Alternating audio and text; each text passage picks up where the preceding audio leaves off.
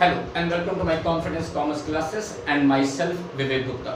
बच्चों, हम लोग पढ़ रहे हैं माइक्रो इकोनॉमिक्स का चैप्टर नंबर 2 कंज्यूमर्स इक्विलिब्रियम, जिसमें आज हम लोग क्या पढ़ेंगे? Budget line. क्या पढ़ेंगे? Budget line. तो देखिए, बजट लाइन का मीन्स क्या होता है? It is a line which represents the alternative combination of purchasing of two types of goods. Purchasing of two types of goods with the given money income and price of two goods। Means क्या हुआ कि budget line क्या होता है? एक ऐसी line जो मुझे बताती है कि हम किन्हीं दो टाइप के गुड्स को कितने अल्टरनेट तरीके से परचेज कर सकते हैं, कितने अल्टरनेट तरीके से परचेज कर सकते हैं with the given money income, जबकि मेरी मनी इनकम कांस्टेंट है। गिवन मनी इनकम का मतलब क्या हुआ? मेरी इनकम लिमिटेड है, कांस्टेंट है। मेरी इनकम बढ़ घट नहीं सकती, इनकम फिक्स है और अपनी पूरी इनकम को हम यूज करना चाहते हैं। And price of two goods, और दोनों गुड्स का प्राइस भी कांस्टेंट रहता है। दोनों गुड्स का प्राइस में कोई चेंजेस नहीं होता, दोनों गुड्स का प्राइस भी कांस्टेंट है, हमारी इनकम भी फिक्स है, कांस्टेंट है, और हम अपनी इनकम को पूरा फुल्ली यूटिलाइज करना चाहते हैं। तो किन्हीं दो टाइप के गुड्स को हम कितने अल्टरनेट तरीके से परचेज कर सकते हैं, इसी को मुझे बताता है बजट लाइन। बच्चों, इससे पहले हमने पढ़ा था आईसी कर्व, इंडिफरेंस कर्व, जिसमें हमने देखा था alternative combination of consumption of two types of goods, कि किन्हीं दो टाइप के गुड्स को कितने अल्टरनेट तरीके से हम कंज्यूम कर सकते हैं। तो जो आईसी कर्व होता है वो कंजम्पशन के बारे में बात करता है, जबकि जो बजट लाइन होती है वो कंजम्पशन के बारे में बात नहीं कर रही है, वो किसके बारे में बात कर रही है? परचेसिंग के बारे में। तो देखना, दोनों में काफी सिमिलरिटी है और काफी बच्चे कंफ्यूज करते हैं कि सर बजट लाइन और आईसी कर्व में डिफरेंस क्या हुआ। तो देखो, दोनों डिफरेंस है कि बजट लाइन जो है वो परचेसिंग के बारे में बताता है कि अगर मेरी इनकम फिक्स है और दोनों प्रोडक्ट का प्राइस भी फिक्स है, तो किन्हीं दो टाइप के गुड्स को हम मार्केट से कितने अल्टरनेट तरीके से परचेज कर सकते हैं, जबकि हम अपनी इनकम को फुल यूटिलाइज करना चाहते हैं। ठीक है, तो बजट लाइन मुझे क्या बताती है? एक ऐसी लाइन जो मुझे बताती है कि जबकि मेरी मनी इनकम और प्रोडक्ट के प्राइस कांस्टेंट है, तो किन्हीं दो टाइप के गुड्स को हम कितने अल्टरनेट तरीके से परचेज कर सकते हैं। देखिए, इसी को हम एक अच्छे से एग्जांपल समझाते हैं। सपोज करिए मैं एक कंज्यूमर हूं और मेरी जो मनी इनकम है, हमारे पास जो पैसे हैं वो कितने हैं? जस्ट 100 रुपीज है। कितना पैसा है? 100 रुपीज, और हम पूरा 100 रुपीज खर्च करना चाहते हैं। हम कुछ बचाना नहीं चाहते, कुछ अपना सेविंग नहीं करना, पूरा 100 रुपीज खर्च करना हमको। ठीक है, तो मेरे पास पैसे कितने? 100 रुपीज हैं। हम दो टाइप के गुड्स का यूज करना चाहते हैं। कौन कौन से? मान लीजिए एक प्रोडक्ट है बिस्किट। कौन सा? Good day. और एक प्रोडक्ट ले लेते हैं मैगी। आप लोग मैगी बहुत खाते हैं ना, तो दो प्रोडक्ट मैंने लिया, गुड डे और मैगी। ठीक है, मान लीजिए गुड डे का प्राइस कितना है? 5 रुपीज का है पर पैकेट, और मैगी प्राइस कितना है? 10 रुपीज पर पैकेट। तो हम इन दोनों टाइप के गुड्स को कितने अल्टरनेट तरीके से कंज्यूम करें, जबकि हम पूरा 100 रुपीज यूज करना चाहते हैं, तो बचाना नहीं चाहते, पूरा 100 रुपीज यूज करना चाहते हैं। तो इन दोनों टाइप के गुड्स को हम कितने अल्टरनेट तरीके से कंज्यूम कर सकते हैं, कितने अल्टरनेट तरीके से परचेज कर सकते हैं। ठीक है, याद रखना, यहाँ परचेसिंग बात कर रहा हूँ, कंजम्पशन की बात नहीं कर रहा हूँ, परचेज कर सकते हैं। ठीक है, तो देखिए कॉम्बिनेशन,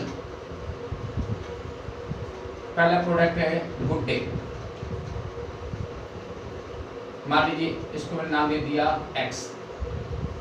अब दूसरा प्रोडक्ट है हमारी प्यारी मैगी, इसको नाम दे दिया गुड Y। ठीक है, याद रखिएगा गुड डे का प्राइस कितना है? 5 रुपीज, और मैगी प्राइस कितना है? 10 रुपीज। ठीक है, और मेरे पैसे कितने हैं? 100 रुपीज। तो अगर हम पूरा 100 रुपीज यूज करना चाहते हैं, तो कॉम्बिनेशन ए कहता है कि हम ये कर सकते हैं कि गुड डे का हम एक भी प्रोडक्ट ना यूज करें, और प्रोडक्ट वाई यानी मैगी का 10 पैकेट यूज करें। सोचिएगा, अगर मैगी के 10 पैकेट यूज करते हैं तो मैगी का प्राइस कितना है? 10 रुपए। तो 10 रुपए के रेट से अगर 10 पैकेट यूज करें तो मेरे पास कितना खर्च हो जाएगा? पूरा 100 रुपीज खर्च हो गया ना। तो फर्स्ट कॉम्बिनेशन कहता है कि हम गुड डे का 0 पैकेट यूज करें और y में यानी मैगी का 10 पैकेट यूज करें, हमारा पूरा 100 भी यूज हो जाना है। इसी तरह कॉम्बिनेशन बी कहता है कि अगर हम गुड डे का 4 पैकेट यूज करते हैं तो 5 रुपए के रेट से 4 यूनिट कितना खर्च हो गया 20 रुपीज। तो मैगी कितना यूज कर पाएंगे हम, सोचिएगा 5 रुपए के रेट से 4 यूनिट परचेस कर लिया, 20 हमारा खर्चा हो गया, कितने पैसे मेरे पास 100 के, तो 100 में 20 खर्च होगा तो बचा कितना 80 रुपीज। तो मैगी का कितने पैकेट यूज कर पाएंगे, अब केवल 8 पैकेट यूज कर पाएंगे। कैसे सोचिएगा, 5 रुपए के रेट से 4 यूनिट यूज किया, गुड डे का कितना खर्च हुआ 20, और 10 रुपए के रेट से 8 यूनिट यूज किया मैगी की, कितना खर्च हुआ 80, मिला कितना हो गया 100 रुपीज हो गया ना। तब ज्यादा पूरा 100 रुपये खर्च करना है, बचाने नहीं मुझे, पूरा 100 रुपये खर्च करना है। तो एक कॉम्बिनेशन ये भी कहता है कि 4 यूनिट आप गुड एक्स यूज करिए और 8 यूनिट गुड वाई यूज करिए। एक कॉम्बिनेशन ये भी कहता है कि अगर हम चाहें तो गुड एक्स यानी गुड डे का 8 पैकेट यूज करें, तो अगर हम 8 पैकेट इसका यूज करते हैं तो 8 5 40 रुपये मेरा खर्चा हो गया, तो वाई वाले प्रोडक्ट की हम केवल 6 यूनिट यूज कर पाएंगे, है ना। 6 × 10 60 यहाँ खर्च हो जाएगा, 40 यहाँ मिलाकर 100 रुपीज हमारा खर्च हो जाएगा। कॉम्बिनेशन डी कहता है कि मैं ऐसा भी कर सकता हूँ कि 12 यूनिट इसकी यूज करूँ, तो इसको मैं कितना यूज कर पाएंगे 12 × 5 60 यहाँ खर्चा हो गया, यहाँ पर कितना खर्च हो पाएगा और 4 यूनिट। कॉम्बिनेशन ई कहता है कि इसकी हम लोग 16 यूनिट यूज करें, तो 16 × 5 80 रुपीज यहाँ खर्चा हो गया, तो 2 यूनिट इसकी यूज कर पाएंगे हम। और कॉम्बिनेशन एफ कहता है कि इसकी हम 20 यूनिट परचेस कर लें, तो 20 × 5 पूरा 100 यहीं पे खर्च हो गया, तो वाई में कुछ भी खर्च नहीं कर पाएंगे। तो ये क्या है, इन अलग अलग कॉम्बिनेशन पर, इन अलग अलग अल्टरनेट्स पर हम अपनी पूरी मनी इनकम को स्पेंड कर रहे हैं, पूरा पैसा खर्च कर रहे हैं।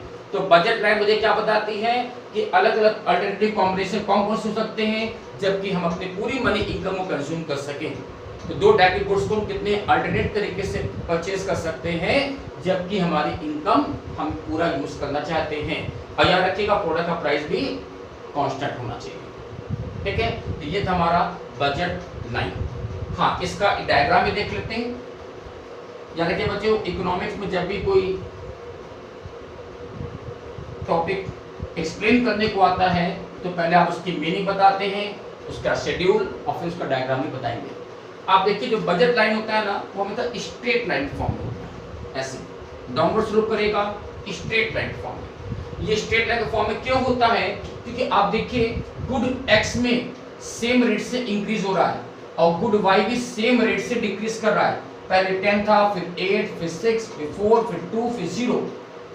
तो y में जो सैक्रिफाइस हो रहा है वो भी सेम रेट से हो रहा है और x का जो इंक्रीज हो रहा है वो भी सेम रेट से हो रहा है। तो जो बजट लाइन बनेगी वो हमेशा स्ट्रेट लाइन के फॉर्म पे होती है। तो मान लीजिए बजट लाइन बनी हमारी ए बी, तो ए और बी जो हमारी बजट लाइन बनी, इस लाइन पर हमने कहीं भी कोई पॉइंट लगाया, पॉइंट ये कोई पॉइंट लगाइए, इन सारे पॉइंट पर हम अपनी पूरी इनकम को यूज कर रहे हैं, ठीक है। ये थी हमारी बजट लाइन। देखिए बच्चों, अभी मैंने देखा कि बजट लाइन क्या होती है। बजट लाइन क्या होती है, एक ऐसी लाइन जो मुझे बताती है कि एक कंज्यूमर किन्हीं 2 टाइप के गुड्स को कितने अल्टरनेट तरीके से मार्केट से परचेज कर सकता है, जबकि उसकी इनकम फिक्स है, कांस्टेंट है और प्रोडक्ट का प्राइस भी कांस्टेंट है, ठीक है। तो अब इसके बाद 3 छोटे-छोटे कॉन्सेप्ट हैं, उनकी मीनिंग समझना है बस। इक्वेशन ऑफ बजट लाइन, पहला टॉपिक है equation of budget line. Equation of budget line क्या बताता है कि हम दोनों टाइप के गुड्स को, एक्स और वाई, इन दोनों टाइप के गुड्स को कितने तरीके से कंज्यूम कर रहे हैं, जबकि हम अपनी पूरी इनकम यूज करना चाह रहे हैं। हमारी इनकम देखिए, मैंने एग्जाम्पल जो दिया था, हमारी इनकम कितनी थी 100 रुपीज की, और हम 2 टाइप के गुड्स को यूज कर रहे हैं, एक्स और वाई।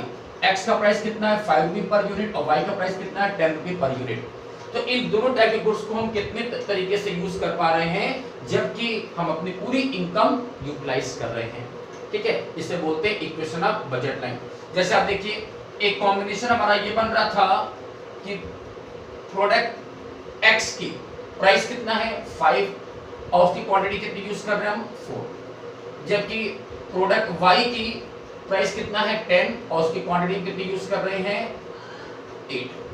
तो 5 रुपये के रेट से 4 और 10 रुपए की रेट से 1 यूनिट हम कितना पैसा खर्च कर रहे हैं? पूरा 100। इस तरह से ऐसे कौन से कॉम्बिनेशन बन सकते हैं और क्या कॉम्बिनेशन हो सकता है, वही मुझे बताता है इक्वेशन ऑफ बजट लाइन। जैसे एक और कॉम्बिनेशन बना लेते हैं, जैसे कहते हैं कि 5 रुपए के रेट से x की मान लीजिए हमने 8 यूनिट कंज्यूम कर लिया, 8 5 जा 40 रुपए जहाँ खर्चा हो गया, तो हम x के y के कितने यूज कर पाएंगे? 10 रुपए की रेट से 6 यूनिट। तो यहाँ पे मेरा 100 रुपए खर्च करना है, यानी हमको पूरा 100 रुपए खर्च करना हो तो हम दोनों प्रोडक्ट को कितनी कितने यूनिट यूज करनी चाहिए, ये हमें बताता है इक्वेशन ऑफ बजट लाइन। ठीक है, नेक्स्ट देखिए स्लोप ऑफ बजट लाइन। ये स्लोप ऑफ बजट लाइन क्या होता है बच्चों? अभी हमने देखा कि बजट लाइन का जो स्लोप होता है वो हमेशा स्ट्रेट लाइन के फॉर्म में डाउनवर्ड स्लोप होता है, ऐसे जाता है, स्ट्रेट लाइन के फॉर्म में ऐसा होता है। ठीक है, तो स्लोप ऑफ बजट लाइन क्या बता रहा है कि delta x divided by delta y। ये स्लोप कैसे निकालते हैं? Delta x divided by delta y, यानी change in product x divided by change in product y। जैसे देखिए हमने कॉम्बिनेशन A लिया, मान लीजिए 4 यूनिट हम x की यूज कर रहे हैं और y के यूज कर पा रहे हैं हम 8 यूनिट्स, जबकि कॉम्बिनेशन B कह रहा है कि हमने x की मान लीजिए अब 8 यूनिट यूज किया तो y के हम कितने यूज कर पा रहे हैं? 6 यूनिट। ठीक है, हम दो कॉम्बिनेशन लेके चलते हैं। तो देखिए अगर निकाला जाए स्लोप ऑफ बजट लाइन कितना आएगा, तो मैं कहूँगा डेल्टा x में कितना चेंजेस हुआ। तो पहले x कितना यूज हो रहा था? 4 यूनिट, अब कितना यूज हो रहा है? 8 यूनिट। चेंजेस कितना हुआ? 4 यूनिट का। 8 माइनस 4 चेंजेस कितना हुआ? 4 यूनिट का। जबकि y में चेंजेस कितना हो रहा है? तो y के पहले 8 यूनिट यूज कर रहे थे, अब हम y के 6 यूनिट यूज कर पा रहे हैं, तो चेंजेस कितना हुआ? 2 यूनिट का। तो 4 डिवाइडेड बाय 2 स्लोप कितना बना? 2। तो हम कहेंगे इस केस में हमारा जो बजट लाइन का जो स्लोप आ रहा है वो कितना है? 2 का है। ठीक है, नेक्स्ट और लास्ट पॉइंट बजट कांस्टेंट। ये बजट कांस्टेंट क्या होता है? तो सिंपल वर्ड में क्या है, बजट कांस्टेंट मुझे बताता है मेरी हैसियत, कि मेरी औकात क्या है। कि सर अगर मेरे पास 100 रुपीज हैं तो किसी दो टाइप के गुड्स को x और y को हम किस तरीके से यूज करें जबकि हम 100 रुपीज या उससे कम का खर्च कर पा रहे हैं। ठीक है बच्चों, देखिए ऐसे हमने ये बजट लाइन बनाई। ठीक है, ये हमारी बजट लाइन, ये गुड x और ये गुड y। तो आप देखो बजट लाइन जो होती है वो हमेशा डाउनवर्ड स्लोप इस तरह से करती है, और इसके हर एक पॉइंट पर क्या हो रहा है, हम अपनी मनी इनकम को पूरा यूज कर रहे हैं।